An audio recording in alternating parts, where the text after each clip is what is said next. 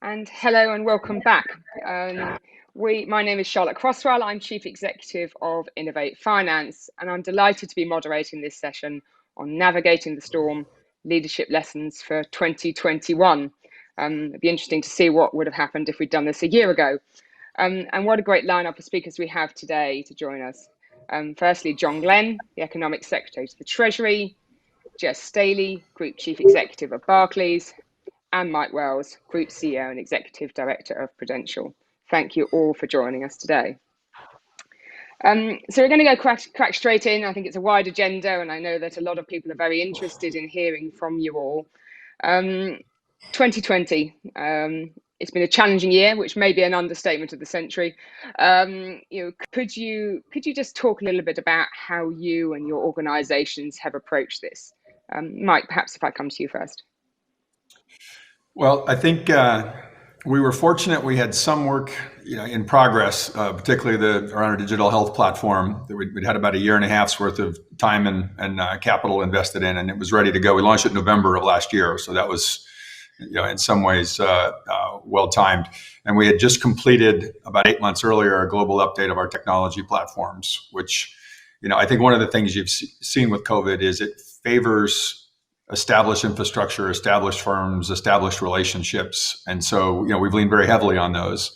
I think the other thing you've seen is a forced cultural shift by our key stakeholders. Consumers are more comfortable with digital now. Regulators and policymakers have allowed face-to-face selling on this sort of technology, and approvals that would never have happened in the timeframes they did, without COVID. And I think on the policyholder and the payer side of the health business, for example, everyone has had to move forward at pace. So there's been some positives in it, and I think that we have just managed for that. At one point, we had 95% of our employees globally at home. So it's fortunately the infrastructure was built and working, and continues to function well. That's amazing. Jess, Barclays, have you had an interesting year as well? Charlie, it's great to be on this panel with Mike and John. Hello to all of our friends in Asia and Singapore. Wish we were there in person, but it's good to be here. Yeah, to think a couple quick points. One of the first things that we did, and I'm sure many other firms did, is make sure that we started to meet as a senior management team with much greater frequency. In fact, the executive committee of Barclays started to meet about 3 times a day when the pandemic really started to roll out. And we set 3 priorities out of the box for ourselves. One was to preserve the financial integrity of the bank. We can only help our customers and our clients and the countries that we operate in if we have financial strength. And so making sure that our balance sheet was strong, that we stayed very liquid, that we were managing our risks was sort of the first priority. The second priority was to work very much with the British government and with John and his team, recognizing that given the financial strength that the major banks and insurance companies had coming into this crisis versus being the catalyst for the crisis in 2008 and 2009, we have a real opportunity to partner with governments around the world, but for Barclays, notably the UK, to try to act as a vehicle to help the country recover. So by processing some 25 billion pounds of government support loans to small businesses and major employers in the country, I think we forged a partnership with the regulators and with the governments like HMT that hopefully will reflect well when people look back at the role of Barclays in this pandemic. And then thirdly, also to Mike's point, taking care of our people. We put a block on any redundancy programs for the last 6 months. All sorts of programs to allow people to take care of loved ones or kids who are having a tough time during the pandemic. But the other thing I'd say, and here in the UK, with the help of the government, whilst we had about 55,000 people working from home, and as Mike said, that technology allowed the financial industry almost en masse to send tens of thousands, not hundreds of thousands of people to work from their kitchen table. We still have 20,000 people that are going into their place of employment at Barclays. All of our, 90% of our branches stayed open, and imagine the challenge of keeping, branch managers and tellers safe in this environment, and the courage that they showed to keep all those branches open. Our call centers stayed open, and what people did there. So not only did we have to re-engineer technology and processes to allow people to work from home, but we had to re-engineer processes in our facilities to allow people who had to get into work to stay into work, so we could stay connected to our customers, but do it hopefully in a way that was safe. And I think we brush over those things now compared to what it was like at the time. It seems very easy to talk about it now, but not back in March, of just how seamless that was. John, perhaps we can come to you. And Treasury was pretty busy. I think a lot of pressure was put on you. Let's just talk maybe about the last few months. Yes, thanks, Charlotte, and it's great to be able to be on this panel. And obviously, this has been a unique year in my experience as a minister and as a politician. But in terms of the government as well, it's been very challenging. We've spent around £280 billion in terms of trying to support consumers, businesses, public services across the UK, because this pandemic has obviously touched all areas of our national life. And I think, as Jess said, what we've been trying to do is collaborate with banks, with financial services firms to disperse those loans, the bounce-back loans, the coronavirus business interruption loans, the larger version of that. And then the Chancellor was also keen that we should try to innovate where we could to support new businesses that couldn't access finance. So we had the Future Fund, which provided 770 million of convertible loans to more than 700 institutions and businesses. And that was a challenge to get those up and running from a standing start, whilst every other department of government was obviously drawing close to the Treasury to seek additional support. But what we've also been able to do is recognise that in these difficult times, we've got to continue to innovate. And so we also commissioned Ron Khalifa to do a review of fintech to address the challenges of ensuring that there's still an opportunity to grow and succeed as we hopefully move to recovery shortly, and to create the framework really for continued adoption of fintech solutions and maintaining our advance in those areas. Obviously, it's really critical that we have an eye to the recovery, which is going to help us deal with the fact that we spent £280 billion, which is obviously a responsibility of mine as the minister responsible for the debt management office in the UK. Absolutely, and I think that you touched on economic recovery there, and obviously that's what we're all looking for now, especially with the announcement of the vaccine. John, if I can come back to you first, how can the public and private sectors drive that economic recovery? Because it's obviously not the responsibility of one or the other. It's got to be a collaborative approach. Well, that's absolutely right. Governance, to me, are about enabling individuals to fulfill their potential by supporting people through difficult times, but in enabling them to grow. And obviously, we need to see a significant economic return when the growth to return to the economy as a whole. And that means looking to industry, looking in my area of financial services to innovation. And I think if I think about fintech in particular, it's worth 11 billion to the UK economy. It now employs 76,500 jobs. And even last year, attracted £4.1 billion of venture capital. And so it's really important that one of the things that's come through the crisis is the new behaviours that have been exhibited in terms of more people working from home. 6 out of 10 people now have a mobile banking app on their phone, and it's estimated that 30% of people are obviously using that significantly more. So I'm very keen that the review that we've commissioned through Ron Khalifa comes out with some really clear recommendations for government to act on. Because what we've got to do is make sure that both as a government and working with our regulator, the FCA, are in a place where we can allow more innovation and to apply the lessons. But what we really need is more collaboration. I think in terms of how vaccines have developed and have been approved swiftly in the UK, it's really important that we learn those lessons of how private sector and government can enable each other to do what they need to do. We need to protect citizens, but we also need to allow industry to develop solutions to people's challenges. And obviously, a recovery that exceeds expectations is something that I'm after as a government minister, keen to ensure that we minimise the changes to people's tax bills.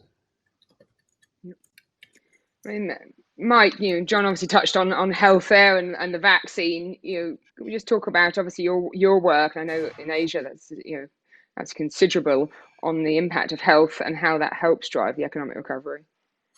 Yeah, I think one of the lessons from COVID is a more holistic look at health and wealth and economies and how they're clearly linked, right? I think that would have been an uninteresting statement at this conference last year, right? And now I think you could talk to a school child and they would understand that the two are inseparable. From a consumer point of view, we've done a lot. There's a couple of things we've seen come out of it. There's a much more holistic demand from the consumers for health and wealth services, so they are seeing them as combined. To John's point, we're getting tremendous support with regulators and policymakers across our markets on innovation. They're very open to new technology. There's new. They're keeping up. The remote working has not affected their ability to approve. Use of, for example, this sort of telepresence, the use of apps and technology that weren't in the market. So I think the entire pace of the stakeholders has picked up. But the direction clearly is, and you'll see us do this. So we launched the health platform I mentioned earlier, Pulse. So we've to date had over 12 million downloads of it with a November launch in Asia. It's built off a UK. One of the core components of it's a UK sourced artificial intelligence doctor platform, Babylon. It's also available in the NHS, as you may be very familiar with, and people use it as a symptoms checker. So you're seeing a different type of consumer behavior on health, and it's a management of their wealth because their cost of taking a day off work or paying for that doctor or how those services are procured, delivery of the medicine now by a DD vehicle, that sort of thing. These are all things now that are becoming normal expectations of the consumer, and we're getting tremendous policyholder support. But I think you'll not see a separation again of the financial impact of health issues individually, corporately for firms like us, or at policy levels for John and his counterparts globally. The two are very interlinked. Jess, can you talk about that and just touch on that public-private sector? You obviously talked about the loans during the crisis, but how does that lead into economic recovery? If you think back to the end of March, beginning of April, we were looking at a terrifying economic environment in the back of COVID-19. The spin data that we had for the UK that John and the other ministers were looking at was unprecedented in terms of the collapse of GDP in the country.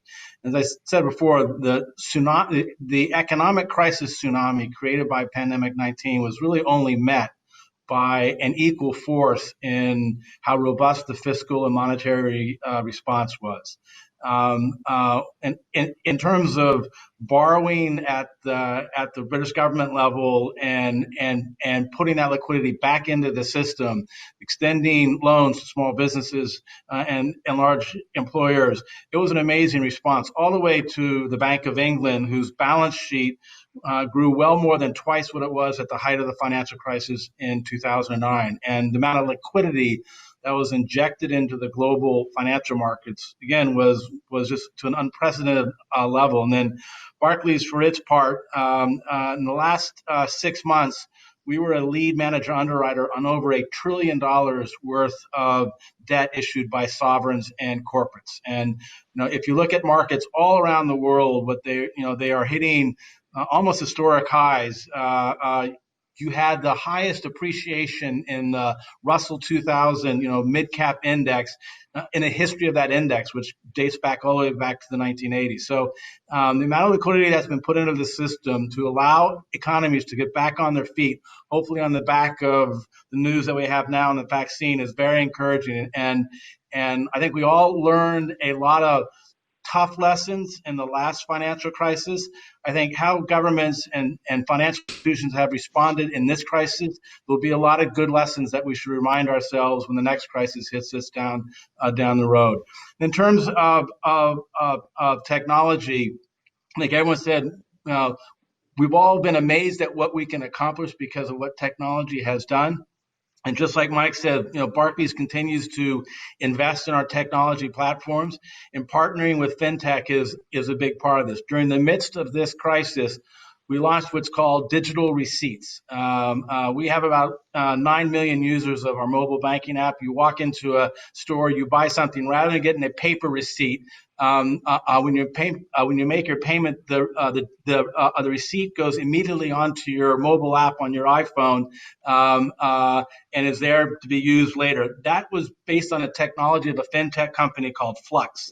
At the same time, we've also launched what we call digital loyalty, where a major user of loyalty, like one of the first ones for us was Harvey Nichols. Their loyalty card gets embedded in our mobile app, and the loyalty card program no longer actually needs a card. That was on the back of a fintech company called Bank. And so I think big firms, big banks like Barclays are partnering with fintech companies all around the world, but very much here in the UK. That's keeping innovation going, and that's keeping employment going, and it's allowing the overall economy to operate digitally, which, as everyone has mentioned, that will probably one of the lasting benefits of a horrible pandemic will be, I think, the acceleration of digitizing finance and digitizing commerce. And just coming back on that, on the consumer habits, and we obviously, we've heard some headlines on consumer habits and how those have changed. What are the key highlights you've seen from how you interface with your customers? Do you think those are going to stay? And perhaps what's next? Yeah, digital commerce has basically, in a very rough measure, has gone from sort of 40% to now 60%. And I'm sure there will be some swing back. I think people like going to their local bakery store and the local flower store. But digitizing commerce has been, and the comfort level that people have gotten, even the elderly, which historically have been, less inclined to move digitally, have become, in some cases, quite fluent in how to use new technologies, and we see it just in the simple demand for cash. The amount of cash that's being required to allow the British economy to operate is a fraction of what it was before. The other interesting consumer response to the pandemic, which I think was something we didn't quite anticipate, in a normal economic downturn, consumers and small businesses tend to actually borrow a little bit more, take a little bit out of their saving account to either keep their lifestyle or keep their company invested in. In this pandemic, what clearly was the motivation for across the board consumers and small businesses was fear. And we did not expect what happened to us, which is borrowing by small businesses and consumers actually went down. In part, that was the programs rolled out by the British government. But demand for credit has gone down, whereas our deposits went up dramatically, which is why we have liquidity levels in the bank that are almost double what we've ever seen before. So the consumer has gotten very conservative. Businesses have gotten very conservative. They've got a fair high level of cash, which I think if this vaccine works out and we start to see the end of the tunnel of the pandemic, given the financial position by and large that people are in, the recovery hopefully will surprise us all to the upside. all those commuting costs everyone's saved, maybe. Mike, can we just talk? You touched obviously on some of the work you've been doing, there. How much do you think in your world those consumer habits are there, that have taken place, are there to stay? Well, Singapore is a perfect example. So our agency and bank distribution in Singapore, during the most conservative lockdown, went 100% telepresence as we're meeting now. Singapore has opened back up domestically, pretty effectively, and we're still 50%. And to Jess's point, it is older clients who find it safer. It is younger clients who find it, just more convenient. The use of telemedicine in pretty much every country we do business in is up dramatically. And younger consumers always liked it because they've never really understood the idea of waiting for doctor's office, until they're ready to see you and how accurate they are at scheduled appointments and that sort of thing.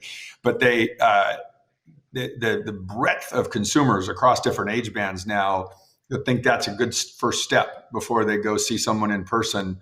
It's changed completely in the last 6 months. And, there's markets where that infrastructure, medical infrastructure is still quite limited, the number of doctors per 10,000 people. And it's really creating a different health paradigm that's much more efficient, much more accessible, much more democratic to people, at different income levels. So I think consumer behavior has materially shifted in this. The barriers are, the advantages are coming from technology. The barriers are technology. So we have 5G on the horizon and in some markets now, but we still have lots of consumers that, we developed some of the support for our apps back 5 generations of Android and 3-4 plus back on Apple platforms. And that's limiting. I mean, that defines the capability you can put into the technology, but we have to serve, the economies you're in. And I guess the last thing I would say is there's more people participating than ever. So when, we launched with governments, for example, the health app, and part of what they asked us in a lot of the countries was, can you help the bottom part of the economy in health inclusion, financial inclusion, by just basically giving the services away? And we've done that. And there is you're introducing people to financial and health services that they have no experience with. And in every market, it's complicated, right? To navigate a medical treatment, the billing, some markets are much more complex than others, but you've created an entire new cohort of millions of consumers into that space that weren't there before. And again, disproportionately because of COVID. So there's a lot of change, I think, in consumer behavior, certainly across Asia. And of course, we see it with our US business as well. Yeah, no. I think we've all got stories of someone's parents who've managed to get online for something now, which is, so perhaps that's one good thing that's come out of it. John, coming back to you, and obviously you touched on the FinTech review, and I think it'd be quite useful for people just to understand why that review is taking place, and what you're hoping to get out of it. And maybe you can just touch on what Jess was saying about the access to cash, because I know that's something you've been looking at as well, and whether there's an opportunity for FinTech to be looking at that. Yes, of course. And I think what the conversation so far has revealed is that this last year has brought innovation. It's brought innovation in consumer behaviour. It's put new imperatives for businesses to respond in new ways, and a lot of that will endure. But I think what in government we've got to do is respond to that in terms of where does regulation, where does the infrastructure that supports the growth of businesses evolve to. And so the work that Ron Khalifa is taking forward is looking at exactly that, looking at the international policy context, looking at what sort of things we need to do to secure investment, how we need to get the whole listing regime in the UK in the best place to encourage more fintechs to list in the UK rather than elsewhere. And we'll also look at the relationship that we have with our regulator. And you will know, Charlotte, because you've been involved in this before, in terms of the fintech bridges. Obviously, our first one was with Singapore in 2016, and then we've had them in a number of other jurisdictions. But maybe that needs to evolve in terms of its scope as well. And so what I'm hoping is that we will actually say, look, there are some behavioural changes that we've seen in financial services and consumer behaviour. How do we as a government enable those to be fully realised, and for the innovation that we naturally see in the developed market economies that we are inhabiting, how can we actually see that they actually fall to their full potential over the coming months and years? You asked about access to cash, and Jess said about the changes in behaviours, and we've seen that accelerated enormously. My responsibility as a government minister is to ensure that cash can be accessed everywhere, because of course there are many groups in society who do rely on cash, who are not as familiar with the new ways, and I find it in my own constituency, representing a part of rural England. There's different behaviours in terms of how we use cash there than when I'm in Westminster in Parliament. And so what we're doing is we're doing a review of wholesale distribution of cash, but also working collaboratively with the banks to say, well, now how can that distribution network be more efficient, be more cost-effective, but actually give universal coverage, which is a principle that we still need to adhere to. And there's a lot of interest in that. And again, it's complicated because it's about regulators, governments, and banks and financial services firms coming together, including fintechs, to innovate in the new opportunities that need to be taken up to provide cash in different ways. So I think that as I reflect, there's always a challenge for government, and the challenges that come out of this year are profound, but ones that we're keen to get on the front foot with, and that's what we're doing. Yeah, great, thank you. So maybe we can just spend the last few minutes on looking forward. We've all talked about the consumer habits and how that's going to change, and a lot of those are going to be there to change, to stay. And looking at those innovations, which we could argue are well advanced, or we could argue that actually are just at the beginning. I remember saying at the end of the 90s, we will never see a decade of such technological change. So don't rely on me on predictions. But looking at innovations, looking at the future, how we can leverage private to public sector collaboration. Perhaps we can spend some time just talking about the future of financial services, which is a crystal ball, perhaps, and we won't hold you to these predictions in 10 years' time. Jess, perhaps I can come to you. Yeah, clearly we're going to move from the financial service industry being an analog industry to being a digital one. I also think the opportunity through technology, to bring consumers together with merchants and businesses in a beneficial way for both parties will be accelerated because of technology. The financial services has got a quality to it, which is finance touches almost everything that goes on around us. It touches all consumers, touches all businesses, universities, charities. And so the amount of data that is available for those that are part of the financial services and payment streams is really quite remarkable. Almost so much so that I think the big challenges, it's not all sunshine. I think one of the big challenges where government and regulators will have to get involved, I think there's a whole new regulatory framework that needs to be considered as technology merges with finance the way it's going to over the next decade. Protecting consumers, protecting data privacy, making sure that people's information is used only for their benefit and under their approval. We're almost going to have to manage data as responsibly and as safely as we used to manage cash and someone's wealth in their checking account. So there'll be a whole new regulatory framework that I think will be created by this. I think to a certain extent there'll be a blurring within the financial service industry, although I do think a lot of technology companies will try to stay somewhat removed from the regulatory framework that's been built over the last decade.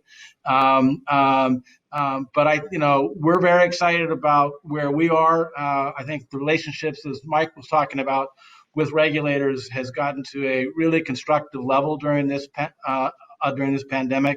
But I just look at what we can do today on a mobile phone in terms of someone managing their finances, and how we can bring consumers together with merchants in a beneficial way under a regulatory framework that I think is very much there to protect the consumer.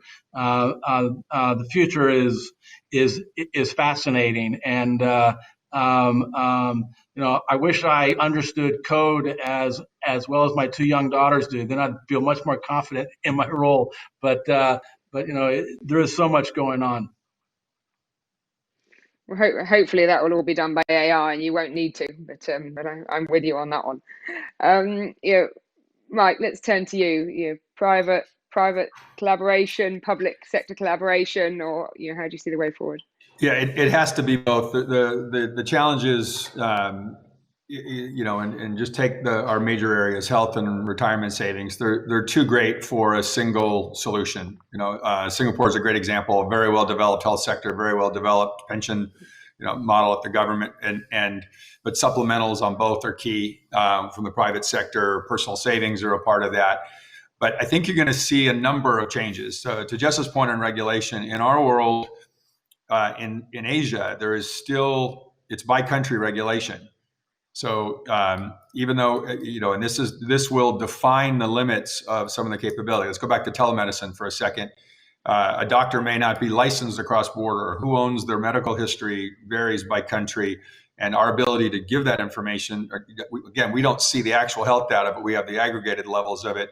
But moving that across borders right now is, even though there's very similar concerns from the governments and their policies in addressing privacy and addressing the data, they're dissimilar rules and how it can be used and moved. And some of the efficiencies that you see with, say, some of the EU's policies, you would get that'll emerge, I think, in Asia. And there'll be some standard setters, and I think Singapore will be one of those. The other, I think you'll see products and services that we don't think of as financial services now.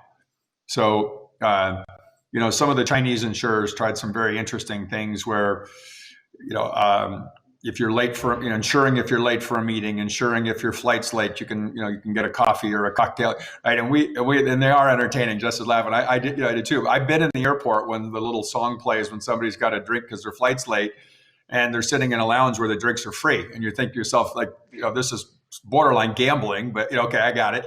It's entertaining. What it really is saying, what does the consumer want? Like, what are they concerned about? Do we have capabilities? Let's assume it's actually addressable, insurable risk for a second. What do they want? And some of the things that are coming are, parental care, social challenges. All of us have dealt with employees who are locked home and are having bigger challenges than others on the isolation and the mental health strains that have come with. I think there'll be an expectation from policymakers that we'll play a much greater role in the private sector in both wellness instead of health insurance, and also providing solutions for those sorts of care, that are more holistic and don't exist currently. And we're looking at some of that quite seriously now.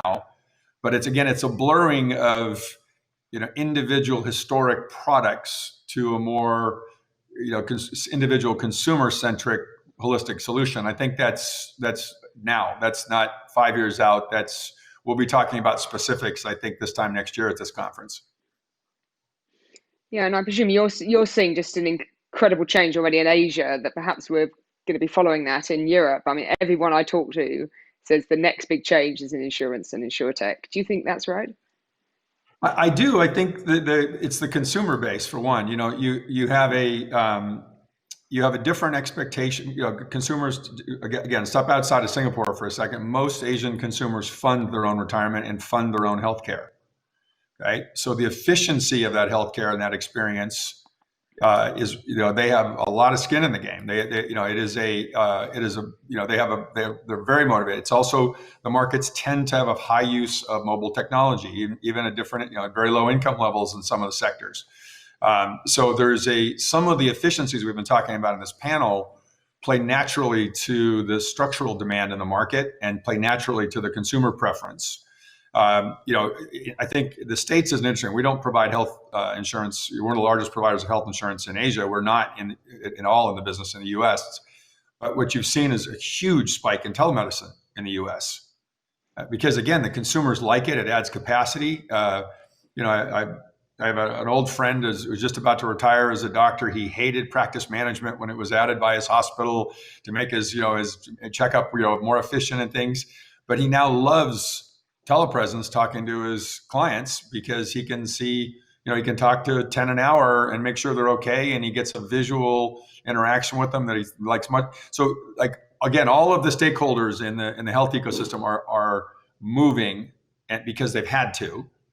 And I don't think they'll ever move back to where they were, because there's no reason to. It's not particularly efficient, and it's not better care. So I think you very likely could see Asia 5 years from now have some of the most sophisticated healthcare globally, because they're not replacing something; they're generally adding. It's a bit like when countries skip a technology, right?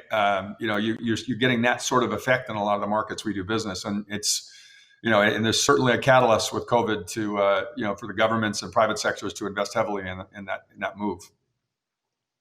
Great, thank you. And John, I'm going to finish with you for some closing remarks. But you obviously have financial services and fintech in your portfolio, so you've had a busy year, but I think you're going to have just as busy a year next year. Can you just sort of give your thoughts on the future of it, and obviously for our audience today, Singapore Fintech Festival. Where you think the UK will stand in fintech? Sure, thank you. And I think Mike and Jess have set out very clearly some excellent examples of the sort of innovation that we'll see in consumer behaviours. And if I contextualise that from the UK's point of view, I mean, I see fintech as being a core element of the future in financial services. I've talked about the review that we are doing and how we hope that will open up even more investment in the UK. But I think we've also got to be ready to see new elements coming in. I think that the imperative around net zero, the appetite of consumers to understand where investments are being made and what effect it's having on the world around them is also going to be a key driver of behaviours. And I think financial services firms and fintechs will tap into that. People want to know where their investments are going, and there's a whole challenge for all parts of financial services to come to terms with that gap between where we are now and where we need to be. I hope that we see an openness to more collaboration. Obviously, the UK has left the European Union, and that will be about us taking new opportunities to move nimbly, working collaboratively with partners such as Singapore, and we're also excited about the free trade agreements that we're forming with other countries such as Japan, Switzerland, and the US. But what we've also got to recognise is that technology is going to be a transformative force in the way consumers operate and the way that businesses have to adapt. And that will mean new challenges for governments, how we regulate, how we enable people to take the advantages of new ideas, cryptocurrencies. If we think about where do the boundaries lie there, if we think about stable coins, we think about how tech platforms engage with financial services, to what extent that they come in within the perimeter of regulation or not. These provide some profound challenges for governments and businesses alike. But I think what we've got to do is to take an open, collaborative approach where we work across different markets and different behaviours. I was listening to Mike there, very interested to hear his correct appraisal of the responsibility that people take in different countries for paying for their own healthcare. I hope there are some lessons that we can take in the UK. But what we've got to do is be prepared to collaborate and tackle these things together, because clearly what we learned through this last year is that in a global pandemic, we have common concerns, common needs as individuals, common challenges as governments. And I think that I hope that my government and the governments across the world will work collaboratively to continue to challenge each other to solve these global problems. And I think it's in that spirit that we should tackle the opportunities that exist in financial services, and fintech will be core to that. And I will be moving quickly in the new year to take on the review and to enact things that drive forward opportunities in the United Kingdom. Thank you, John. And you've certainly been a big champion for the sector. I mean, I think today we've definitely heard about obviously the innovation coming through from banking, from insurance, but also from government itself. And the importance of partnership, openness, collaboration. Everyone's changing and changing fast. And as you say, we didn't touch on net zero and the role of fintech and technology there, but just such an incredible opportunity for us to look at that, and especially in the road to COP26.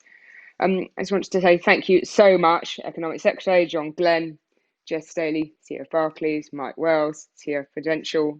The cameo from Mike's cat, I have to give credit to as well. Thank you for that. Thank you so much for joining. It's been great to be at the Singapore FinTech Festival. I know we all sincerely hope we will be there in person next year, but thank you for now.